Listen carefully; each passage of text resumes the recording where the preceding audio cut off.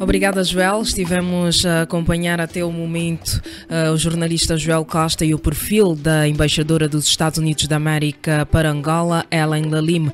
E a USAC, tomando conhecimento da chegada da nova embaixadora dos Estados Unidos da América ao país para os próximos dias, auscultou a opinião de alguns empresários e fazedores de opinião sobre quais consideram os principais desafios da embaixadora Ellen Lalim durante o seu mandato em Angola. O empresário Galvão Branco deu a sua opinião em entrevista ao Joel Costa. USAC Magazine. Linha direta. Ora bem, muito bom dia, estimados ouvintes do USAC Magazine. Sejam bem-vindos a mais uma edição do programa de rádio da Câmara de Comércio dos Estados Unidos da América Angola. Está confirmado, já é oficial, Ellen Lalim será a nova embaixadora dos Estados Unidos em Angola.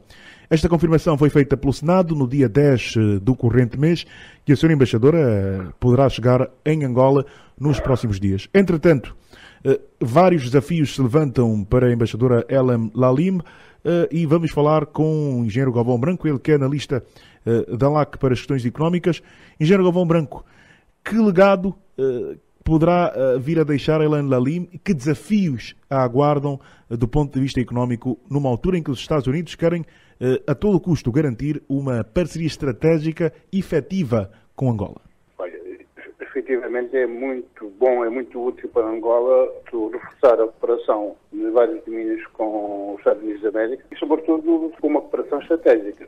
É bom porque isso credibiliza bastante o nosso país, põe o nosso país muito mais próximo de todos os outros mercados, independentemente de poderem haver algumas questões que no quadro geral, a cooperação bilateral ainda, portanto, possam eventualmente serem nevoadas por manchas cinzentas, mas é preciso que ao nível económico, portanto, e ao nível do investimento, fundamentalmente, esta cooperação seja muito fluida. Tem todas as vantagens, independentemente dos Estados Unidos serem uma praça financeira forte, disporem de capitais que são facilmente mobilizáveis para poderem ser aplicados noutros mercados, mas seja como for, para além disto, há questões de que essa cooperação pode induzir por arrasto, portanto, outros operadores, outros mercados financeiros, outros países, portanto, a terem algum conforto, alguma garantia, portanto, também em proceder da mesma maneira.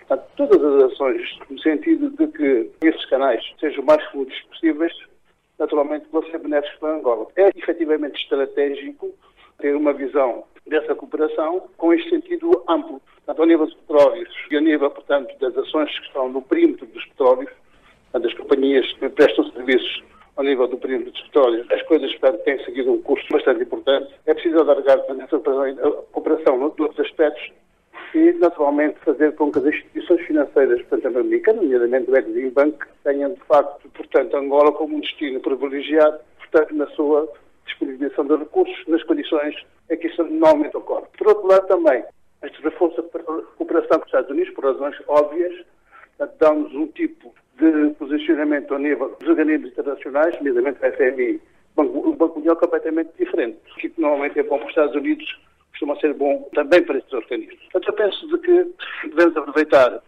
a experiência e o conhecimento que a nova embaixadora tem do país para poder, de facto, aprimorar essas formas de colaboração e de cooperação. Engenheiro Galvão Branco, quais são, para já, os grandes desafios de Ellen Lalim, a nova embaixadora dos Estados Unidos em Angola? Quais são, no seu ponto de vista, os principais desafios, atendendo aquilo que temos estado a observar? Observamos, por exemplo, quando da visita a Angola do secretário de Estado John Kerry, a chegada da presidente da OPIC, que foi indigitada pelo presidente Barack Obama para vir a Angola. A OPIC, que é a Overseas Private Investment Corporation, instituição que visa canalizar o investimento privado dos Estados Unidos para os países fora dos Estados Unidos. E, naturalmente, que esta instituição para a África tem canalizado $1 bilhão todos os anos e agora vai chamando a atenção que Angola não tem ainda beneficiado, mas o Presidente Obama pediu que a senhora viesse, a Presidente da OPIC viesse a Angola, a senhora Elizabeth Littlefield, justamente para ver, junto do empresariado, como é que se pode, e também das autoridades, como é que se pode garantir que a OPIC financie e apoie projetos em Angola. Também esteve em Angola o Presidente do Exim Bank, que anunciou que existem $1.000 milhões que o Exim Bank vai disponibilizar agora General Electric, que vai fornecer carruagens aos caminhos de ferros de Angola, locomotivas no caso, são locomotivas envolvidas neste processo, e também existem 600 milhões de dólares do Exim Bank para financiar, de alguma forma, a aquisição de 3 aeronaves da TAG à Boeing. Uma delas é o EBO, que chega já na sexta-feira, conforme nos explicou o presidente do Exim Bank. Com o Brasil, por exemplo, vimos que são 2 mil milhões de dólares para o setor de energia e infraestruturas. Os Estados Unidos querem também o setor das infraestruturas e oferecem, inclusive, segundo o presidente do Exim Bank, que esteve recentemente em Angola e falou neste programa, Fred Osberg, oferece para as empresas que apostarem no setor de energia, para além da cobertura até 80% do serviço ou do bem que vai importar, ainda cobra até 30% a contratação de mão de obra e o processo todo de instalação do equipamento que for importado diretamente dos Estados Unidos. Todos estes dados, engenheiro Galvão, o que é que lhe parece que isto pode representar como desafio para a embaixadora Ellen Lalim e como benefício para Angola e os Estados Unidos no reforço das suas relações estratégicas?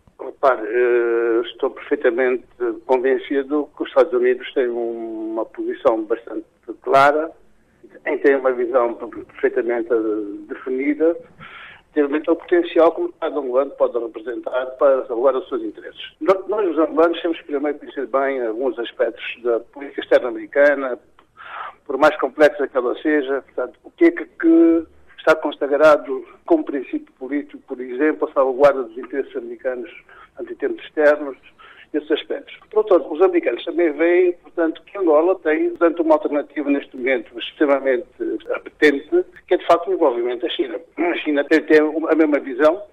A China anda à procura de mercados, anda à procura de matérias-primas, quer colocar os seus produtos, tem recursos financeiros disponíveis. Naturalmente que para um país, o caso de Angola, que se quer desenvolver, que tem que ir buscar fontes alheias para o fazê-lo, portanto, naturalmente que tem alternativas como essa, e os Estados Unidos são perfeitamente claros disso. Portanto, essa parceria, que tem que ser estratégica, tem que passar por avaliar toda uma série de componentes que concorram no sentido da consolidação, portanto, destes relacionamentos, nomeadamente, e que se prende com a própria cultura que está subjacente à política externa americana.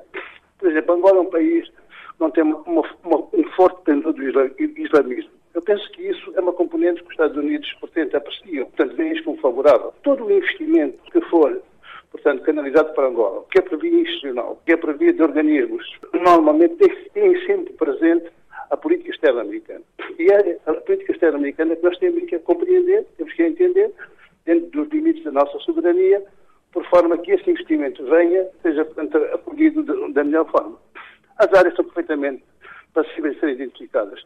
Os Estados Unidos é sempre um parceiro que pode assegurar todo um conjunto das nossas necessidades, a todos vários domínios, quer ao nível das infraestruturas, quer ao nível dos bens, portanto, de consumo, ao nível da tecnologia. Portanto, há todos vários domínios que os Estados Unidos podem cobrir.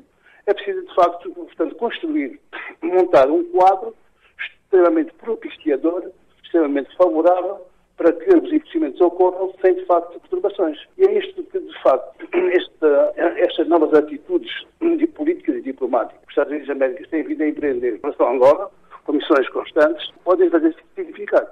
Mas a China está à espreita.